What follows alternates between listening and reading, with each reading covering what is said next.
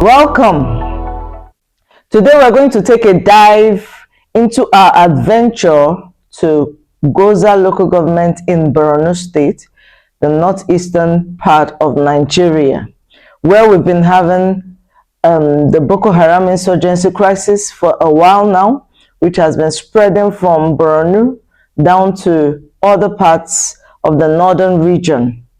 Africa Rise was privileged in July 2024, precisely on the 29th of July, to go to Gwoza to have a first-hand information of what the insurgency looks like, the impact it's had on the people, and why these people have become IDPs in places like Abuja, Jos, and other parts of the country.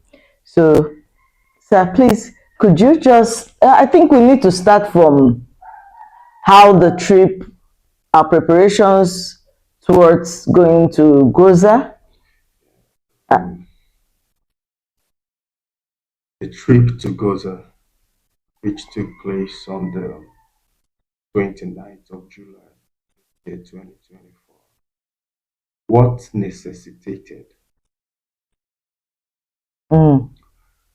What was it that made the Africa Rise team to decide to embark on that risky trip to Gwoza?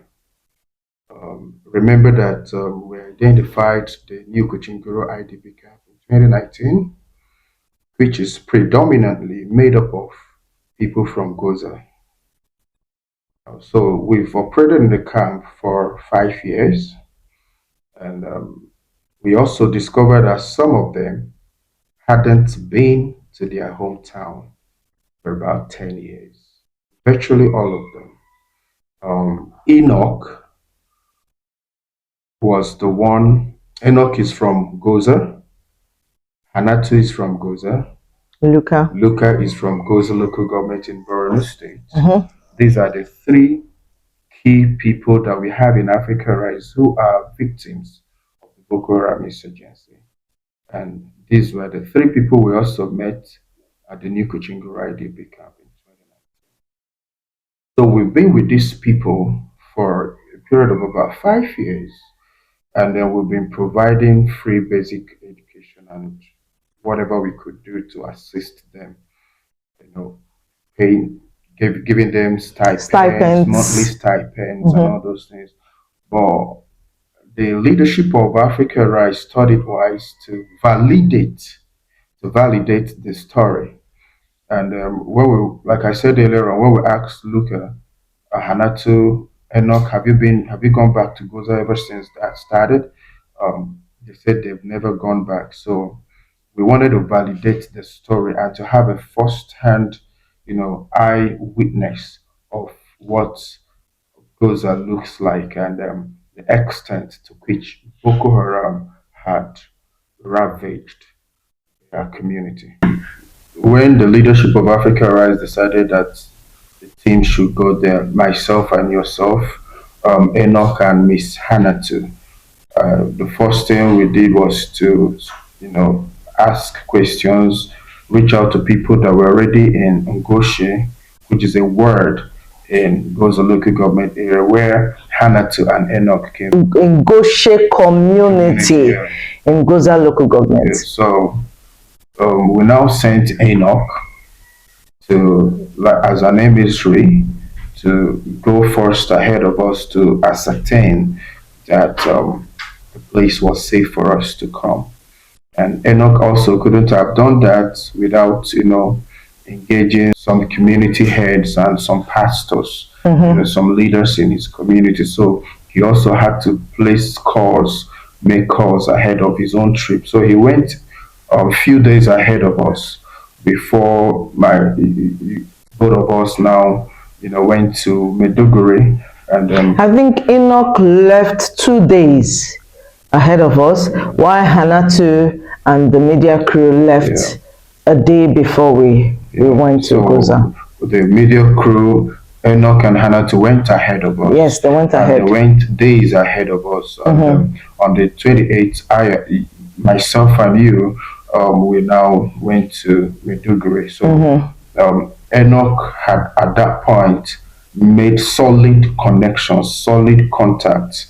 So we were able to get some help from, Enoch. He had mobilized a crew that came and picked us up at Maiduguri, and we drove for about 2 hours, 2 hours. 2 to 3 hours. About 2 hours plus, yes, So approximately 3 hours. we took security measures, precautions. We took precautionary measures towards making sure that safety was administered to the team.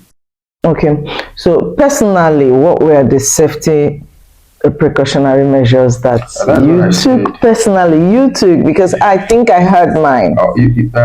For me, life is spiritual. This is me. I don't know about others, but life is first spiritual Before before physical. it becomes physical. And I personally don't do things without, consulting God. And we kept praying. We kept praying because we had our fears. Exactly. We had our fears. We had parents telling us. We had Church members, we had staff, and even the to children. think that our four children, Exactly. at some point, they said, if we go and we die and they kill us or anything happens to them, Even our friends. are we trying to make them to become orphans? Orphans. These were the risks, and everybody that got to know that we were planning on that trip told us to stand by, told us to stop, not to embark on that trip. But it was a journey of faith. I keep saying, when God gives you an instruction, you have no choice to obey. His instructions to us, God's instructions to us, are not to be made subject to human deliberations. You don't subject God's instructions to you to human scrutiny. So as soon as I was sure that God wanted us to go, I we had to keep praying. We had to keep praying. We had to keep praying because we knew it was very risky. We knew a place where the people ran away. The indigenes from Gwoza ran away, ran to Chad, some ran to Cameroon, some ran to Abuja, different parts, they scattered all over. Adamawa, They were and the even neighboring afraid cities. of going back. Yes.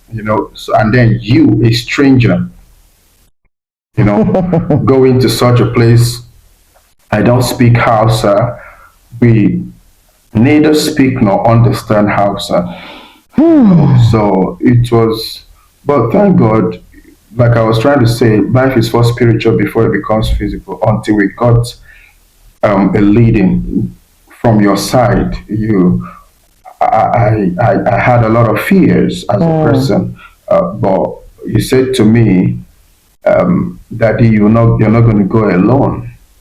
I said, no, I want to go alone so that we don't risk the family or put the family at risk. And you said to me that it's better you die with me than to stay back and be a widow and then that whatever it is. But something you said to me that gave me courage was that you have prayed and you have prayed and you have prayed, and there is no contrary instruction. So it was a yes, yes, yes. Exactly. God had assured you that we were going to go safely and return safely.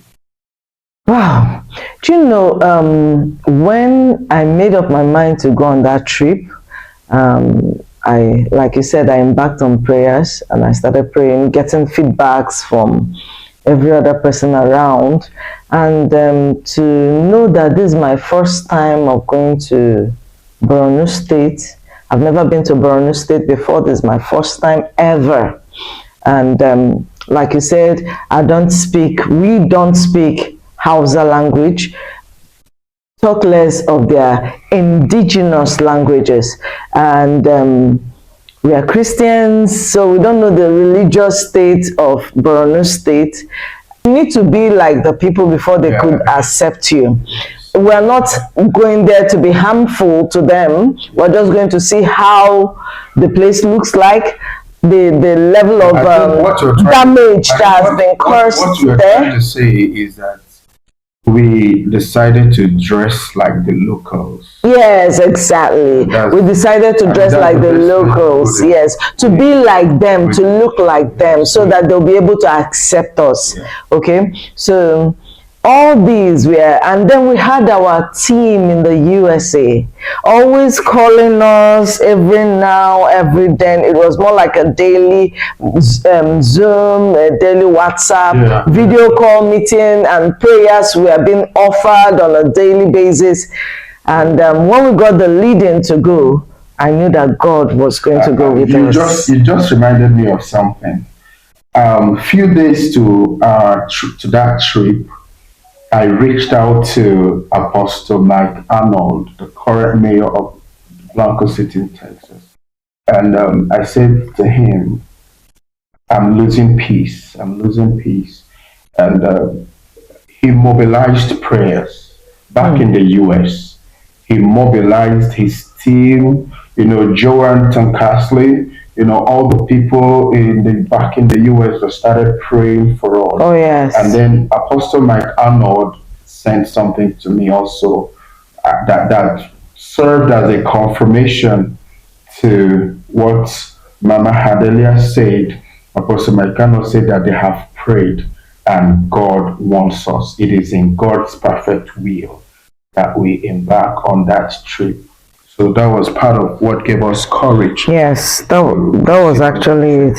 So what would you say was our motivation to embark on that trip? Was it humanitarian? Was it just tell me, let's know what was the motivation behind that. For me, motivation has that kind of motivation in that angle has always been to serve humanity. We what motivated us is that we saw these people in their current state as IDPs. And in their current state as IDPs, we were not comfortable. We were not okay with the environment where they found themselves. These people had homes. They still have homes. They come from a place. They are predominantly farmers. It's better to be in your home than to be in a strange land. So the motivation was just to serve humanity. That's the motivation. That's actually the motivation. And while we embarked on that journey, it was not funny. We had a lot of challenges on the road. It was very risky. And by the time we stayed a while, got to Ngoshe, stayed a while in Ngoshe, and moved a little bit around and met one or two or three people. And then the church. Yeah, before I talk about the church, I also want to talk a little bit about the Nigerian military.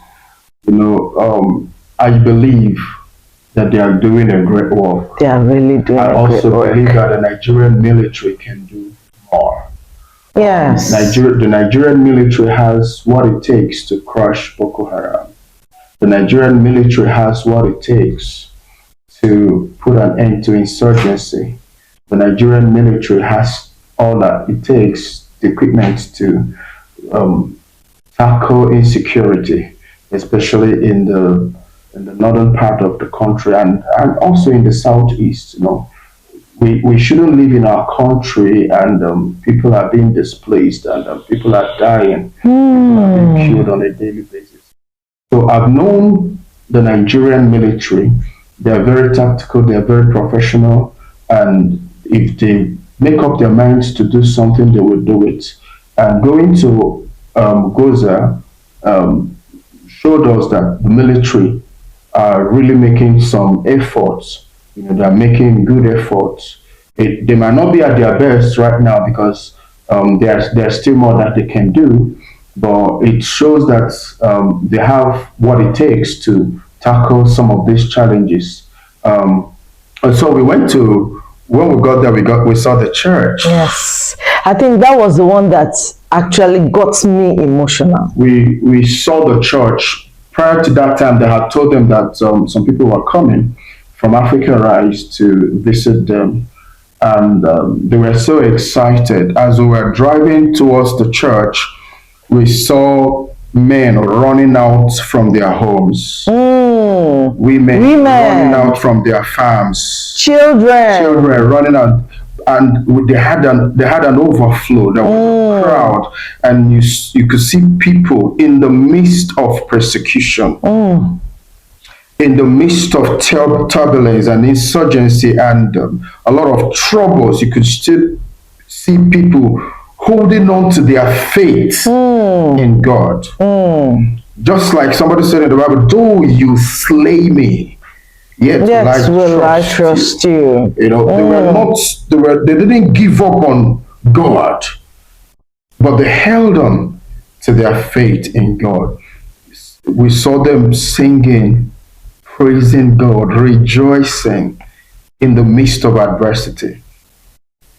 And we broke down crying. We broke Yes. down into tears. That was the one that And I got said me to really myself, and emotional. one thing I said to myself, if these people who feel they are not even safe, because to a great extent, Boko Haram has only been pushed back. They've not been completely defeated or eradicated from the society. So they sleep with one eye closed and one eye open. Open. So if these people in the midst of these severe trials and adversity could still rejoice and serve God, what about me, who is back here in Abuja in the comfort of my home with security? And this is to tell us this. Some of us, we don't know what these people are going through. You know, Boko Haram, in such a, the way Boko Haram transited, it's now tackling or affecting both Christians and Muslims. all together. You know, Boko Haram is not sparing, whether they don't even want to know whether you're a Christian or a Muslim at this moment and at this stage of their operation. You know, but that became a lesson for me that we should always think of how to make the society a better A place. better place for all of us. All of us. Yeah. Okay. That's quite emotional. You know, I got to the church and I saw women, men, and children praising, shouting, making a joyful noise to the Lord, clapping their hands. It was an amazing encounter. I came back and I told myself, if people who have lost families, family members, homes, who have lost a lot of things, some of them, their certificates have been burnt, some lost children. So lively. They don't have a means of livelihood. They are living in shanties. They are IDPs in their own communities. You know, if they still have that joy and that excitement to serve God, not because of what God can give to them, but because they love God. Because at this point, I think I'll call it a genuine and passionate love for God. Serving God in the midst of your adversity. Okay, not in the midst of your comfort, when you have everything at your comfort zone and your AC in your rooms are chilling you off, and no, but these people are serving God irrespective of what they've been through, what they have seen, the trauma they're already going through. They're still serving and praising and lifting holy hands to God. I came back and I told myself, why won't I serve God?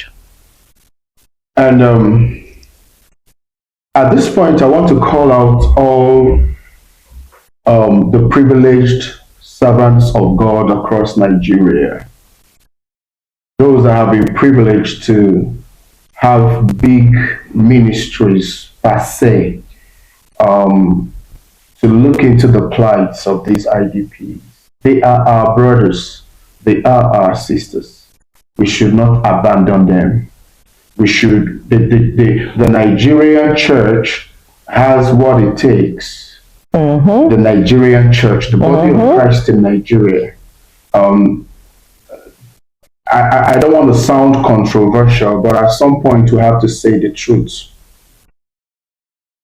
With all our private jets, with all our limousines, with all the monumental edifices that we are building in the name of church buildings and cathedrals, what is the impact in the life of the average Nigerian? What is the impact that we are making beyond pulpit ministry, preaching the gospel, coming to church every midweek day and midweek service and Sunday service? Our brothers in Meduguri, in the northeast, need our help. And our prayers too. You know, one thing that Jesus Christ, God asked, I keep saying this, he called Cain when Cain killed his brother Abel. And he said to him, where is your brother Abel? And Cain said something to God. So I don't know. Am I my brother's keeper? We are created and planted in this world to be our brother's keepers. Yes. And God will hold us accountable for our brothers. Because that was what he was trying to do with Cain. When he asked Cain, where is your brother Abel? He was trying to tell him, I will hold you accountable for the life of your brother. So God is a God that has arranged it and organized it and ordained it in such a way that we should care for our brothers. And in this religion, we call it religion, in Christianity, okay, in knowing Jesus and professing Jesus, these are our brothers.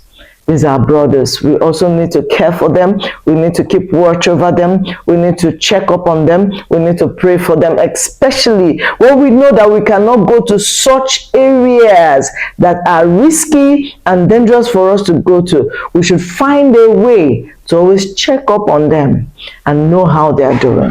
You know, there's something I told you recently. I said recently, religion without love for humanity is rubbish. I repeat, religion without love for humanity is equal to rubbish. I said for the third time. Religion without love for humanity is as good as nonsense. So, we that call ourselves religious leaders, whether you're a Muslim, Islamic cleric, or you're a Christian cleric, or pastor, bishop, whatever title we call ourselves, we should have some level of love, compassion for people around us. You know, that is what true religion is.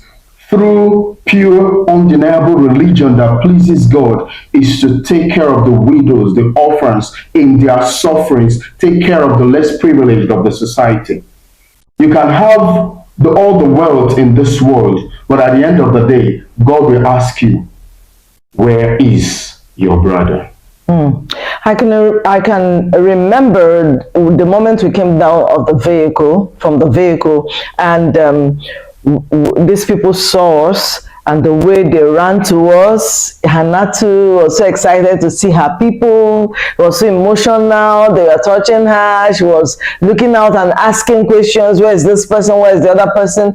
And that was after 10 years. That's after 10 years. Not been to her community. Same with now, look at what happened. Both Hanatu and Enoch, they hadn't been to their village since 2014. Yes. This year makes it 10 years. Exactly. And 10 years. Unfortunately so, they also could not discover or be able to see their homes. Yes. They couldn't identify where, because it was leveled. Yes, I'm coming to that, sir. I'm coming to that. So sir. when they came down, you know, that excitement of not being there, not having been to their hometown for about 10 years. 10 years. You know, people they left behind for the past 10 years. Yes. You know, people they hadn't seen this. It was a nostalgic moment. Exactly, sir. Exactly. So, and you know what came to my mind? I said, the way these people look at us as if God has come to them.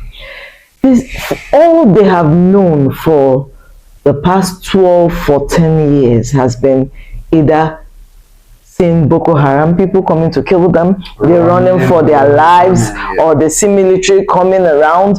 It is just the only visitors they've ever seen in Ngoshe, because it was more like they saw gods coming. It was more like they saw God coming to visit them. And I wonder, in a nation where we have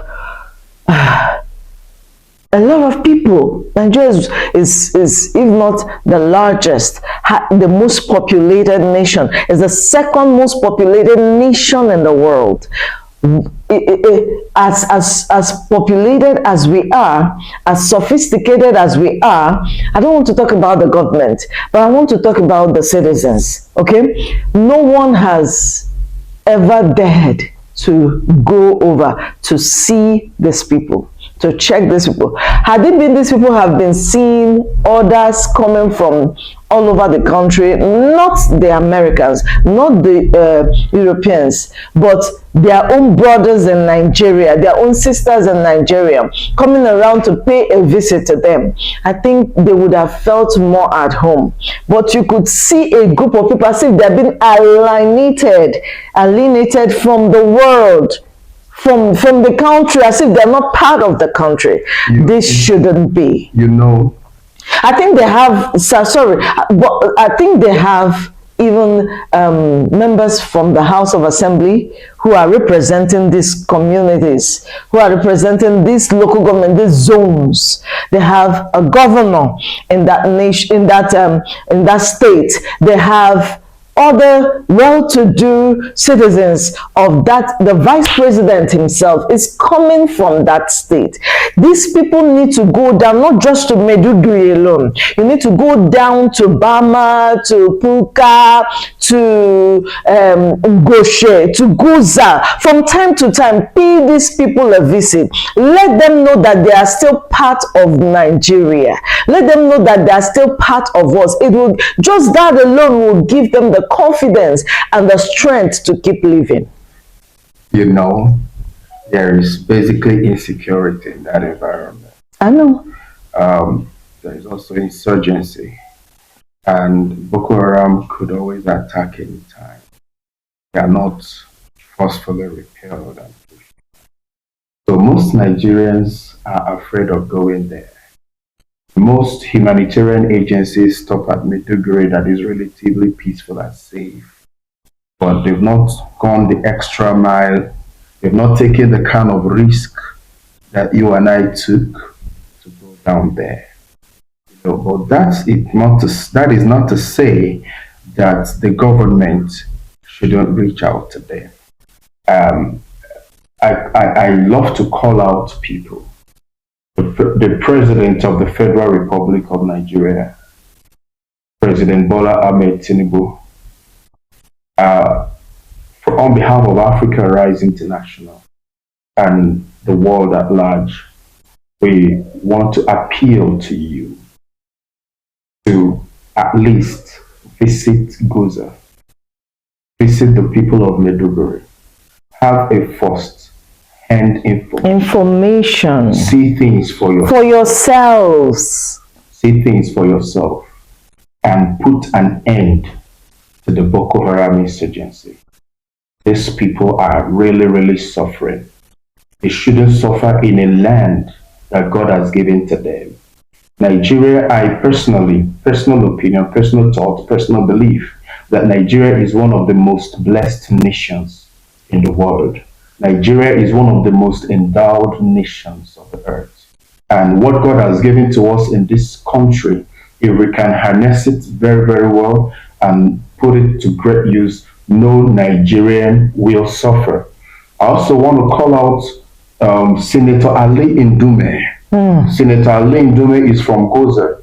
Senator, you can't be in Abuja enjoying yourself and your people are suffering. You can't continue to do that.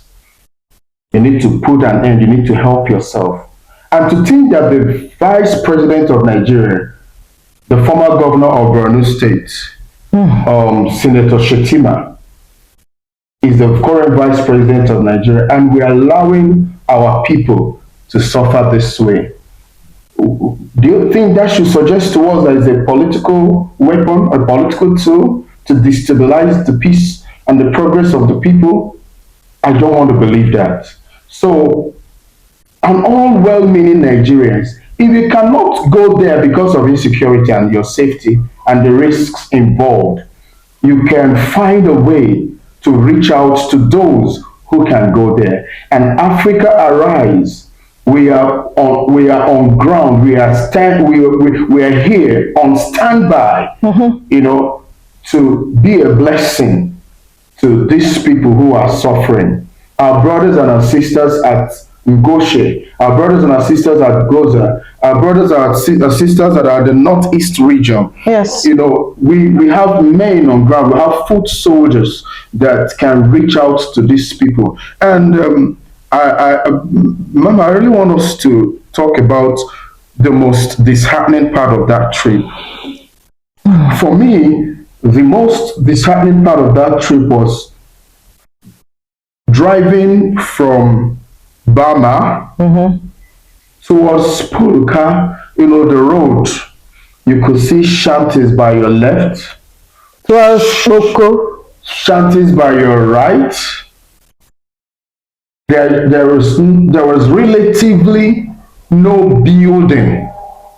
We got to a point The one that standing, nobody's living in it because they have all the walls have been pierced by bullets. So and there the are roofs removed. roofs removed. So no one is basically living in Yeah, in all those. fairness, as we were going through Bama, we saw some buildings. Yes, People through living Bama. through Bama. But immediately we crossed Bama towards Polka, all their buildings had been leveled. Yes. The The worst was when we got to Ngoshe. Gotcha. Ngoshe had the only building that was not touched when I entered Ngoshe, aside from even the secondary school there where the military is camping, okay, had you could see bullets on some walls and then some ceilings and some roofs being removed, but it was just the mosque that was standing. Every other house where human beings were meant to exist were all crushed. They were living in Were all tents. leveled. They were living in shanties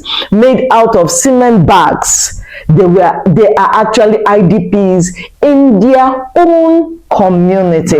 This is the most disheartening part of it. And then when you get to hear that these people have been asked to go back to their homes and their communities, you ask yourself, if you really know the true state of that place, where are they going back to? That is the question. So if we want them if the government wants them to go back to their place, the government should be ready to fix their place back for them. At least make it a habitable place.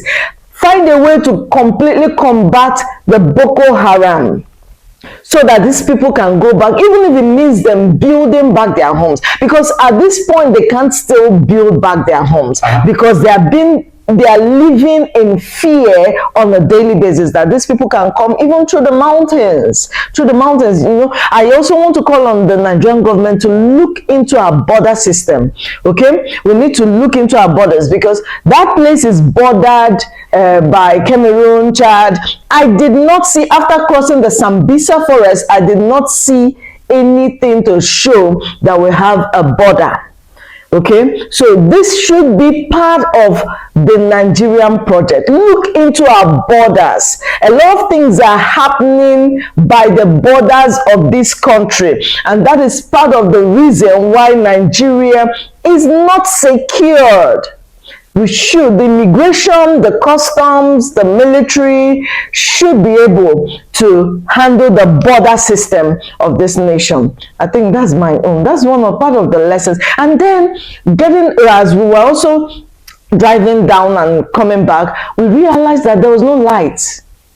Everything, not just light. There's no social amenity. Not just light. There is no form of No school. life, no life in that place. No market. No market. No electricity. No electricity, even the network. Even the network, Yeah. even the service providers were not, their presence was not really felt in that place. You rarely get network services there. So how can people really exist in such areas without, there was no hospital? So it simply means that if any is sick, if they can't manage themselves through the herbal local means, these people might find themselves dying. So there's going to be a high mortality rate, because before they'll be moved from Ngoshe down to Meduguri, a lot of people might have lost their lives.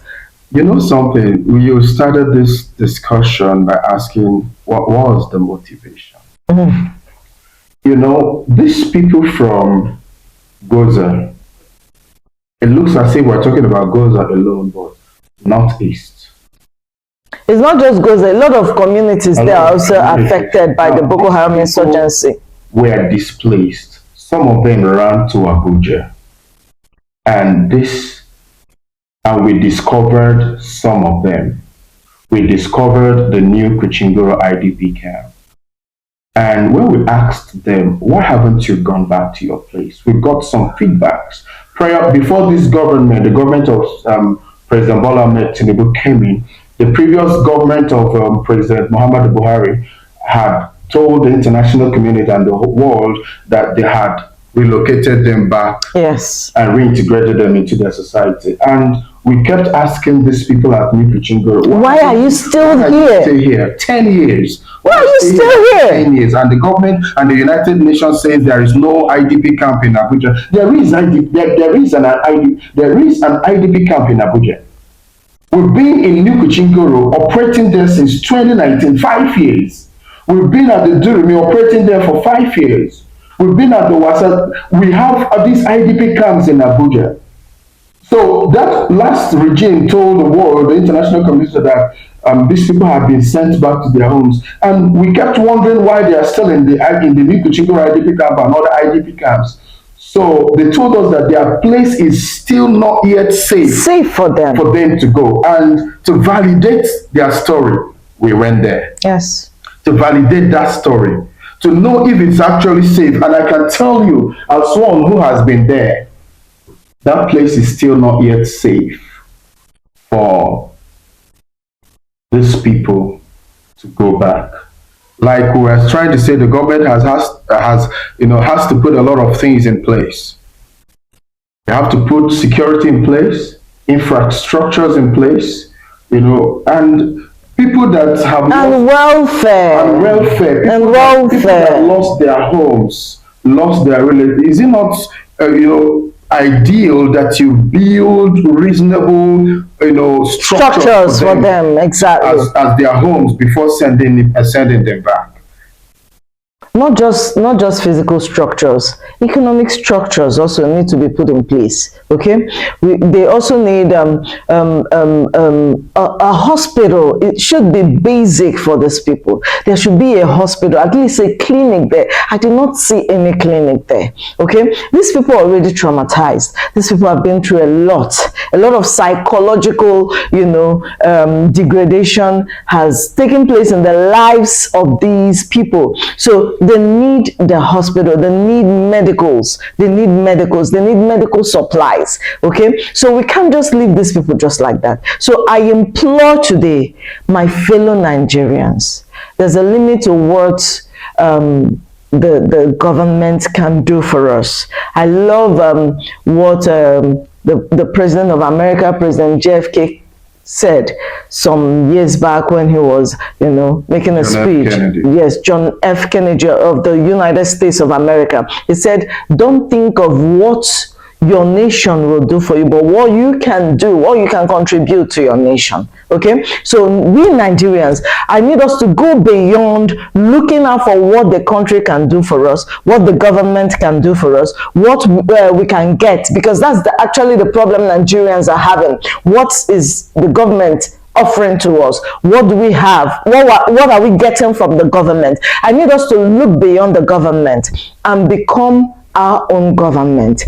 Start building our country, start building our nation. Have this mindset, citizenship mindset of contributing to your nation. We have a lot of people who are well-to-do, in this nation today. And I know that if they take up that side as a project, if they take up Gwoza and Goshe as a project to help the citizens, set them up structure wise in terms of physical structures, that's houses and buildings, medical structures, economic structures, welfare structures, I think it will go a long way to helping these people.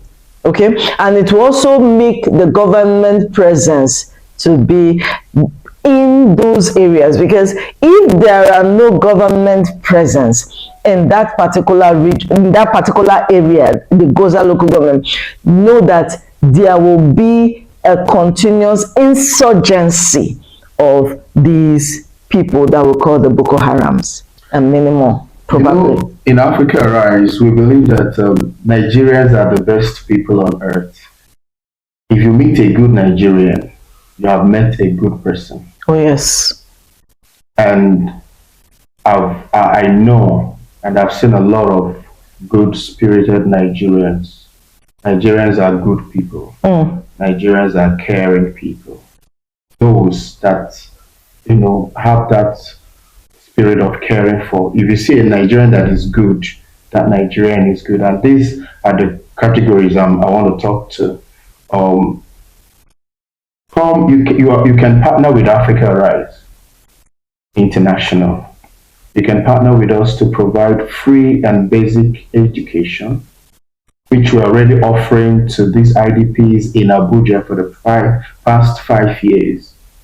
We implore you to come and partner with us. And we are people of character and integrity, and we're very, very transparent in what we do. So if you're looking for where to channel your efforts towards helping humanity, we implore you and invite you at the same time to partner with us at Africa Rise. You can as well, go out there yourself and bring positive change to the community. Okay, you know what my mother used to say to us while we were growing up? She said, in terms of Christianity, evangelism, and all that, she said, someone told her that if you don't have what it takes, if you know you cannot go on an evangelism, okay, there are people who God has assigned these people to embark on evangelism. Okay, you can support these people. You might be in your office working, your schedule might be a very tight schedule, you might not have the boldness and the courage to embark on such, but there are people who have the time, who have the energy, whose schedules are not as tight as yours. That is their life calling. You can support those people with your resources to assist in propagating the gospel. The same we are telling you today. If your schedule is tight, or you're scared of going to such a region, such a place, okay, to help out, but is your passion, it's your passion, and you feel for these little ones, you can be part of what, you can partner with us, you can be part of what Africa Rise is doing, because this is what God has called us to do. This is our divine mandate and divine assignment, to give hope to the hopeless, defense to the defenseless, and become a voice to the voiceless. And we are not afraid. We are not afraid. We've laid down our lives several times, and we're yet to lay down our lives to go and reach out to these ones that are brothers, our sisters. The same way God created you and I is the same way God created them. And I pray that as you partner with us, God will bless you in return. Nigeria, I repeat, is a blessed nation. We cannot continue to depend on the international community to help us solve our internal problems. They are welcome to assist us, but it's time for us to rise up from within and make sure that we live in a safe environment.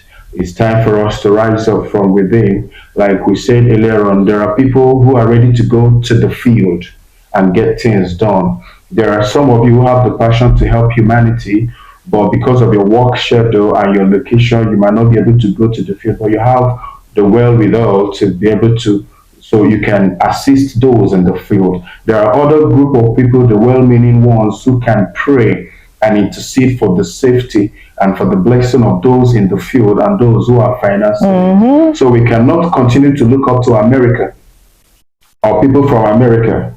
They are doing their best. In fact, in partnership, the co-founder of Africa Rise, Apostle Mike Arnold, you know, is so passionate. So He's so passionate. passionate If you leave him, he will even go to Ngoshe. He's so passionate about the plight of these IDPs, and he's doing Everything possible. like working with people to make sure these people get basic care, basic support. And those of us that are Nigerians, we cannot leave this alone to American government, or the little you can do, begin to do it. The Nigerian society can be a better place if we all do what we are supposed to do in the right direction. Wow, if we continue like this today, we're not going to end, because the journey to Ngoshe, Gwoza local government, is something that we'll keep telling the story. We'll keep telling the story. As we continue, we might not end in this story. So we appreciate you today for watching us. If you enjoyed this program today, I want you to click on your subscribe button and share. Just keep sharing. Let us crusade this. Let us crusade it. Keep sharing. May God bless you. See you next time. Bye bye.